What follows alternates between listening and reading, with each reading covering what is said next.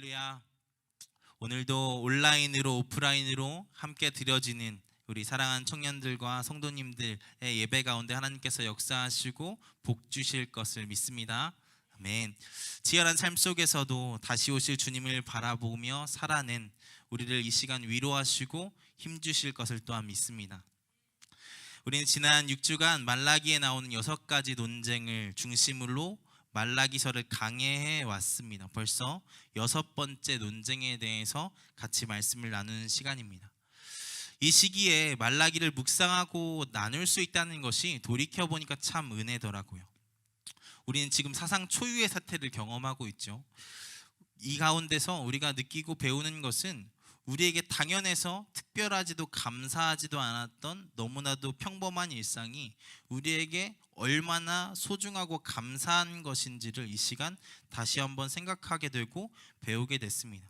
말라기는 그런 평범함 속에서 타성에 젖어 너무나도 익숙해 있던 우리의 하나님을 향한 마음을 점검하게 해주고, 또한 우리에게 너무 익숙해져 버린 죄악의 모습들을 돌아보게 하면서 하나님 앞에 우리의 모습을 점검하고 돌아보게 하기에 참 좋은 말씀이라서 참 이 시기에 묵상하기에 참 좋은 말씀이다 라는 생각들을 좀 하게 됐습니다. 바라기는 저에게뿐만 아니라 사랑하는 우리 청년들과 성도님들에게도 이 말라기의 말씀, 나눈 말씀 시간들이 우리의 부끄러운 마음을 점검하고 삶을 점검한, 그리고 더 나은 그리스도인으로 살기로 결단한 시간들이 되었기를 소망합니다. 그리고 특별히 오늘 이 시간을 통해서 우리가 더욱 그리스도인다운 그리스도인, 공동체다운 공동체, 교회다운 교회로 되기를 결단하는 시간들이 되기를 소망합니다. 말라기의 마지막 6번째 논쟁도 하나님의 고발로 시작합니다. 13절에서 하나님은 너희가 완악한 말로 나를 대적하고도 이르기를 우리가 무슨 말로 주를 대적하였나이까 하는도다 라고 말씀하십니다. 하나님께서 마지막까지 이스라엘 잘못을 지적하고 말씀하고 계시죠. 하나님은 우리의 모습을 다 기억하고 계십니다. 오히려 우리 자신조차 모르고 잊었던 우리의 모습까지도 기억하시는 분이 하나님이십니다. 그래서 우리의 삶을 살아가면서 하나님 앞에서 살아간다는 것을 우리가 꼭 기억하고 살아가야 합니다. 물론 하나님께서 우리를 사랑하시기에 우리의 잘못들을 회개하고 돌이키면 용서하시겠지만 그 잘못들을 모르시는 게 아니니까요. 그래서 날마다 우리가 하나님 앞에 살아간다는 것을 기억하고 살아가야 하는 것입니다. 하지만 이스라엘 백성은 그렇지 못했습니다. 그래서 지금까지 그래왔던 것처럼 하나님이 자신들을 고발하는 내용들을 이해하지를 못합니다. 자신들은 절대로 그렇게 하지 않았다는 것이죠.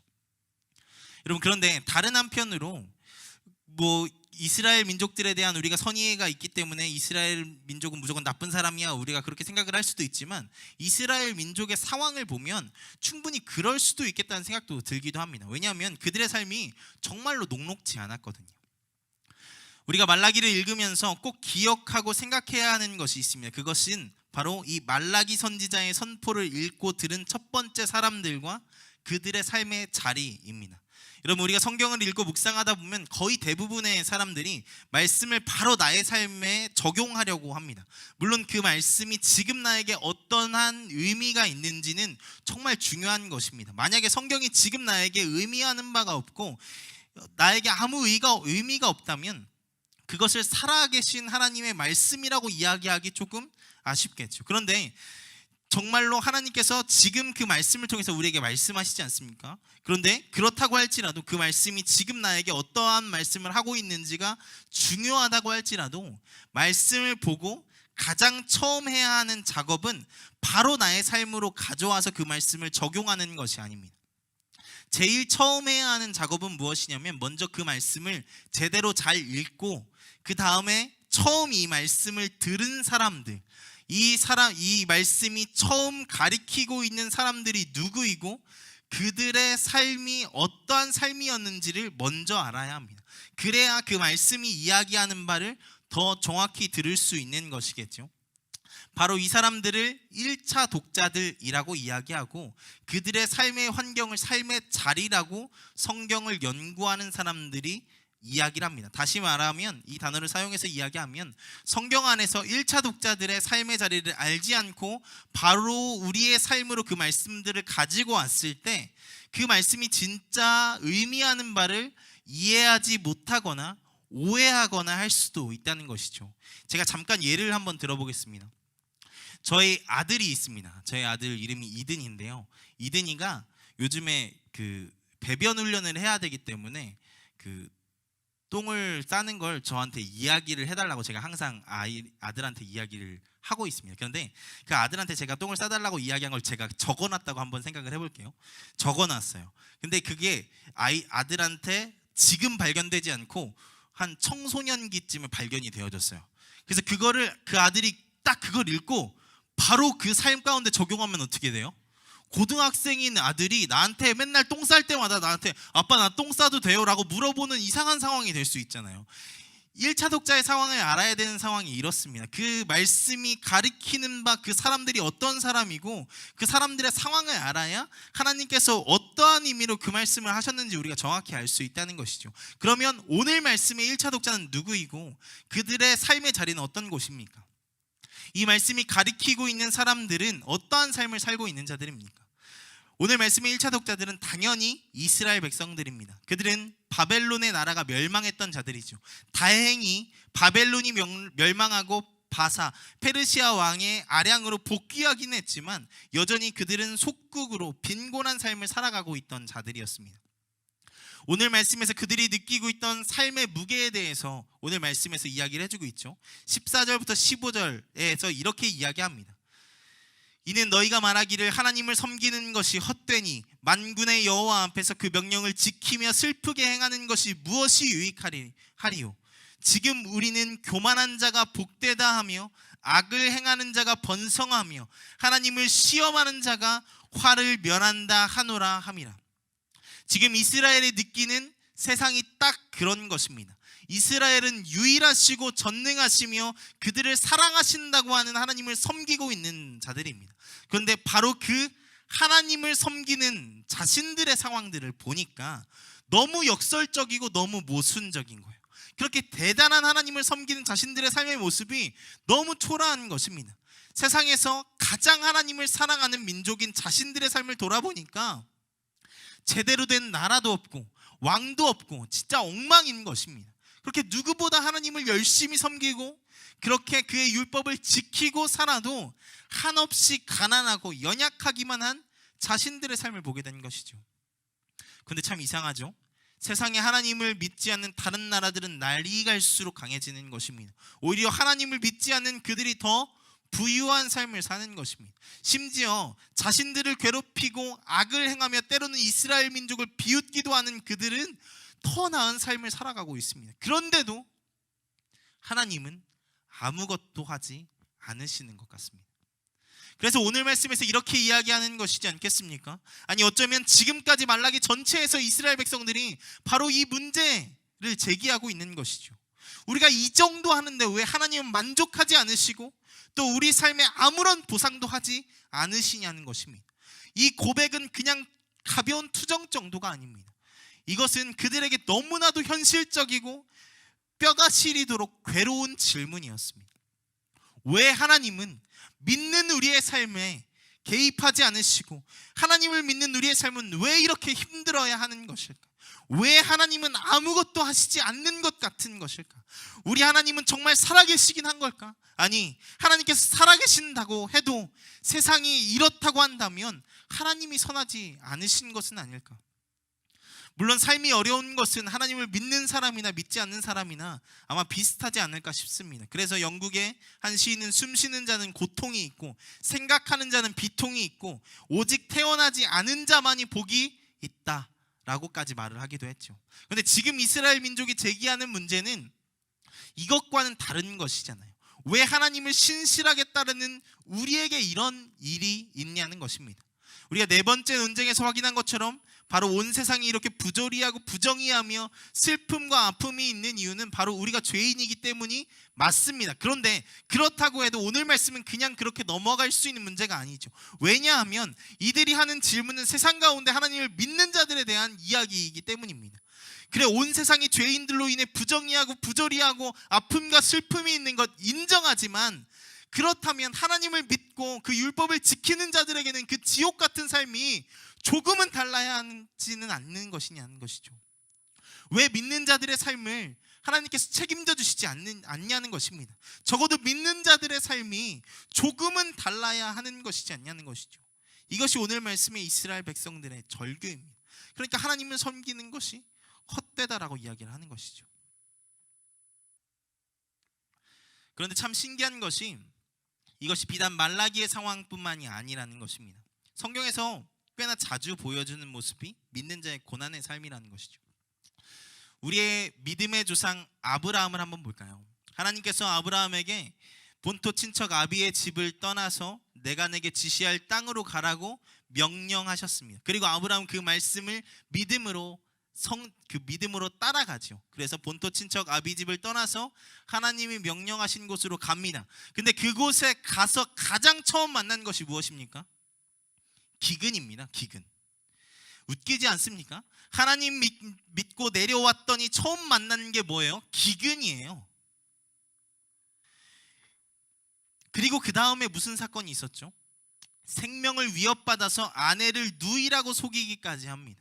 그리고 그 다음에 나오는 사건이 무엇이죠? 조카 롯의 종들과 자기의 종들이 싸워서 롯과 갈라서게 됩니다. 이렇게 하나님을 믿고 떠나온 아브라함의 삶이 우리가 생각한 것처럼 복이 넘치고 은혜가 넘치는 삶이 아니었다는 것이죠. 그러면 보이는 땅을 모두 그 아브라함에게 주시겠다고 약속하셨던 하나님의 약속은 아브라함의 삶에 아브라함이 살아있는 동안 이루어졌을까요? 아브라함이 살아있는 동안 아브라함이 얻은 땅은 자기 아내와 자기를 매장할 조그마한 땅뿐이었습니다.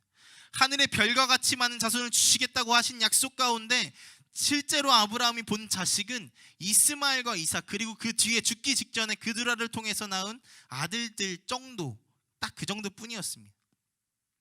그럼 예수님은 어떻습니까? 늘 하나님과 동행하시며 하나님의 뜻을 이 땅 가운데 선포하시고 하나님이 사랑하시는 사람들을 위로하시고 치료하시고 회복하시고 가르치신 예수님의 삶이 어디로 향했습니까?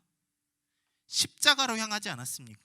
이렇게 믿는 자의 삶이 어쩌면 누군가가 보기에는 늘 패배하는 삶이고 헛돼 보이는 삶으로 보일 수 있다는 것이죠. 때로는 그 삶 한복판에서 그 믿음의 삶을 걸어가는 사람들, 살아가는 사람들에게도 그렇게 느껴질 수 있다는 것이죠. 왜 이렇게 하나님 믿는 자의 삶을 이런 고난 속으로 살아가도록 내버려 두시는 것일까요? 정말 하나님을 믿는 것은 헛된 것일까요? 아무 유익도 없고 의미도 없는 것일까요? 여러분, 그런데 놀라운 것은 하나님께서 믿는 자의 삶을 그렇게 끝내지 않으신다는 것입니다.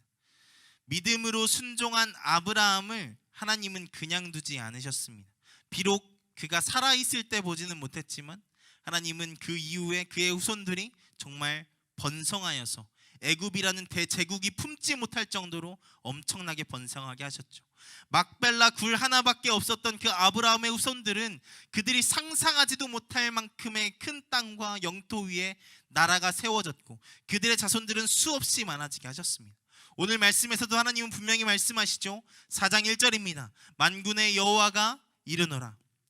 보라, 용광로 불같은 날이 이르리니 교만한 자와 악을 행하는 자는 다 지푸라기 같을 것이라.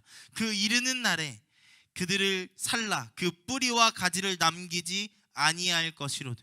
하나님께서 용광로의 불같은 날이 이르게 하실 것이라고 말씀하십니다. 그리고 그날이 이르면 악을 행하는 자들을 징계하시고 태워버리시며 심판하실 것을 말씀하십니다.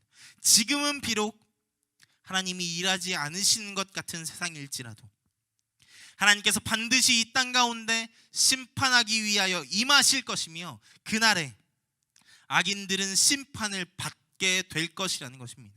하나님이 이 심판을 선언하시며 이렇게 말씀하시는 것입니다. 악을 행하는 자들은 이미 그 악을 행함으로 심판을 받은 것이다. 왜냐하면 나 여호와가 반드시 그것을 보았고 심판하기 위해 임할 것이기 때문이다.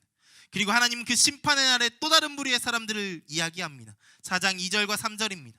내 이름을 경외하는 너희에게는 공의로운 해가 떠올라서 치료하는 광선을 비추리니 너희가 나가서 외양간에 나온 송아지같이 뛰리라. 또 너희가 악인을 밟을 것이니 그들이 내가 정한 날에 너희 발바닥 밑에 재와 같으리라. 만군의 여호와의 말이니라.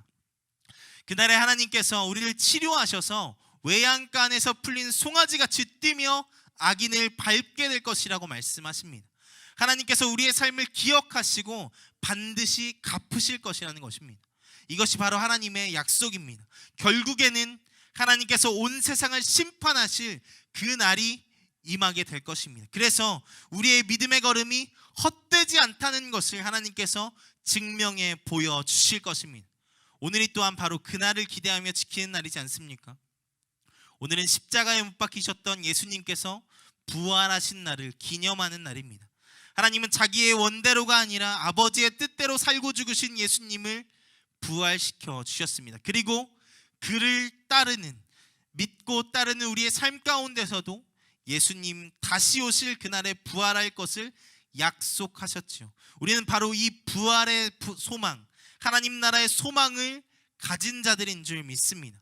그래서 우리가 이 땅에서 믿음으로 살아갈 수 있는 것입니다. 하나님께서 보고 계시며 반드시 하나님이 정하신 날에 갚으실 것이기 때문입니다. 바라기는 우리가 이 재림의 믿음과 부활의 소망을 가지고 살아가는 자들이 되기를 소망합니다.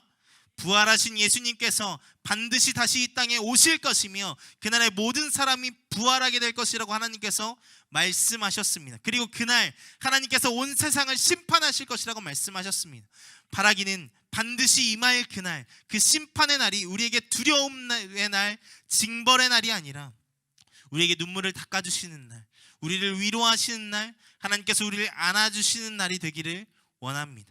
사랑하는 여러분, 이 세상의 것은 다 사라지지만, 쇠하여지지만 영원하신 하나님의 것은 사라지지 않을 것입니다. 우리는 바로 그 영원한 나라를 상속받은 자들이고 그 영원한 나라의 백성인 줄 믿습니다. 바라기는 그 영원한 것에 가치를 둔 삶을 살아간 자들이 되기를 원합니다. 때때로 우리의 삶에 믿음으로 받는 고난이 있고 믿음으로 포기해야 하는 것들이 있고 믿음으로 섬겨야 하는 부분들도 있겠지만 하나님께서 그것을 분명히 보고 계시며 갚아주실 것입니다. 바라기는 그날에 우리가 함께 하나님 나라 안에서 위로받고 사랑받고 회복하심을 받게 되기를 소망합니다. 그 나라 안에 있는 자들이 되기를 소망합니다. 이렇게 종말은 그리스도의 재림은 악한 자들에게는 두려움과 심판의 날이지만 믿는 우리에게는 힘이 되는 말씀이며 너무나도 큰 위로이고 소망입니다. 그래서 오늘 말씀에서 하나님은 이스라엘 백성들의 그 말들이 하나님을 대적하는 것이라고 말씀하신 것입니다. 하나님을 믿는 것이 헛되고 정의롭고 선한 삶을 사는 것이 헛되다 이야기하는 것이 하나님이 준비하신 미래를 무시하며 욕되게 하는 것이기 때문입니다. 그러면 정말 이 소망을 가진 자들은 어떤 고백을 가지고 어떻게 살아가는 자들이어야겠습니까?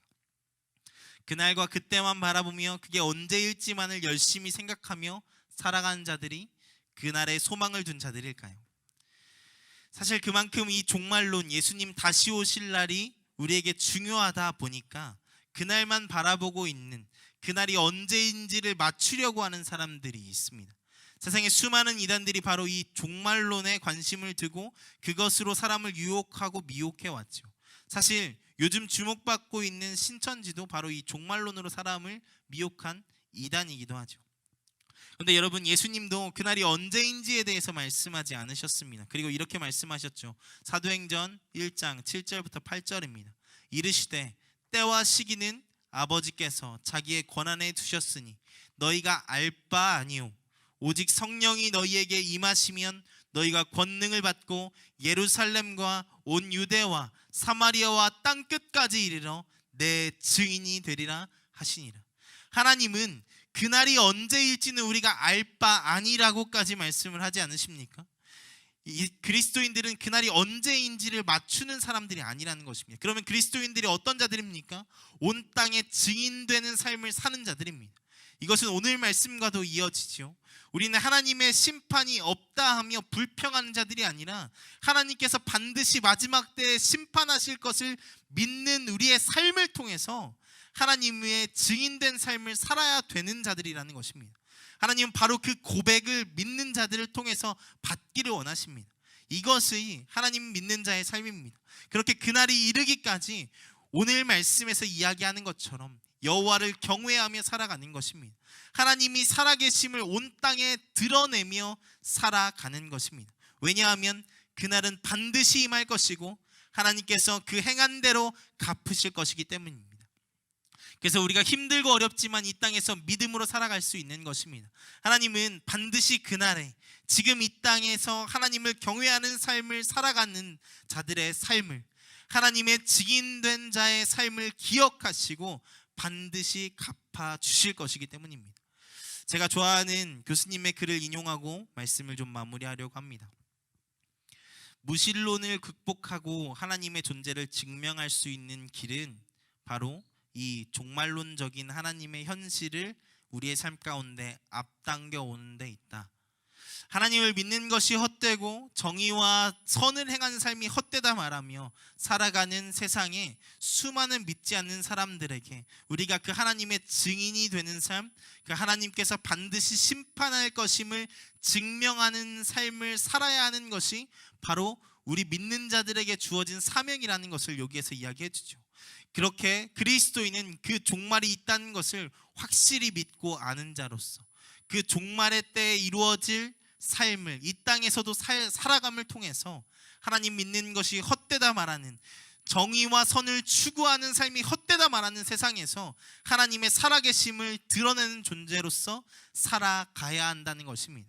바라기는 우리가 그런 존재들이 되기를 소망합니다. 우리에게 약속된 그 마지막 날을 소망하며 기대하며 이 땅에서 그 종말의 때에 이루어질 삶을 살아가는 자, 그것을 통해서 이 땅에 하나님이 살아계시며 하나님께서 역사하고 계심을 증명하는 자들이 우리가 되기를 소망합니다.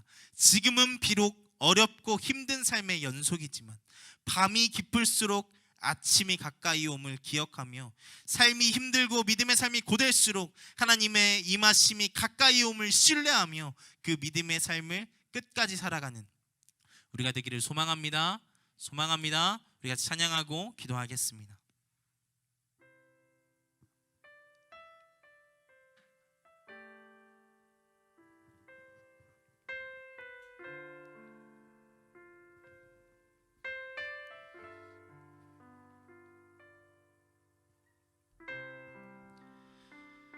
오늘은 부활절입니다.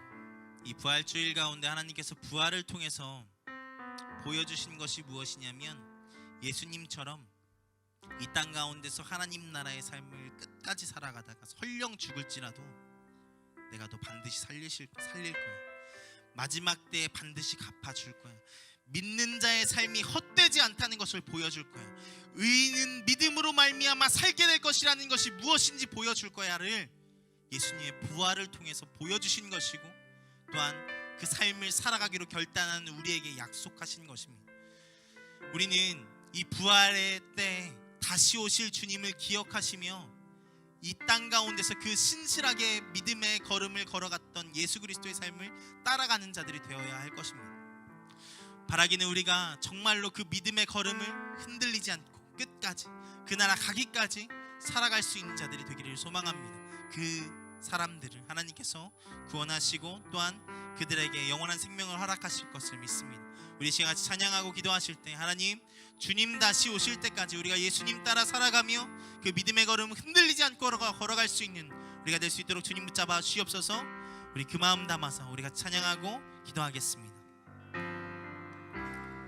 주님 다시 오실 때까지, 주님 다시 오실 때까지 나는 이 길을 가리라. 좁은 문 좁은 길 나의 십자가 지고 나의 가는 이 길 끝에서 나는 주님을 보리라. 영광의 내 주님 나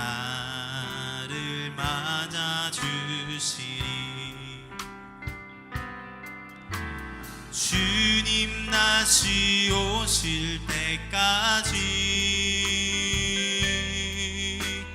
나는 일어나 달려가리라. 주의 영광 온 땅 덮을 때 나는 일어나 노래하리. 내 사모하는 주님 온 세상 구주시라. 내 사모하는 주님 영광의 왕이 내 사모하는 주님 내 사모하는 주님 온 세상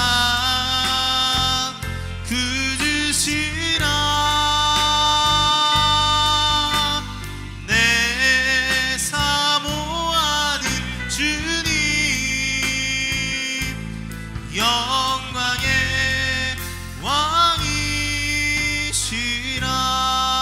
왕이시라. 우리 이 시간 같이 기도하겠습니다. 같이 기도하실 때 하나님, 우리가 말라기서를 묵상하며 우리의 부끄러운 민낯들을 보아왔습니다. 그런데 그 가운데 우리가 발견한 것은 그럴지라도 우리를 사랑하신 하나님, 그럴지라도 우리를 포기하지 않으신 하나님을 보았고, 또한 언제나 그 자리에 계셔서 우리가 돌아오기를 기다리고 계신 하나님을 말씀을 통해서 배웠습니다.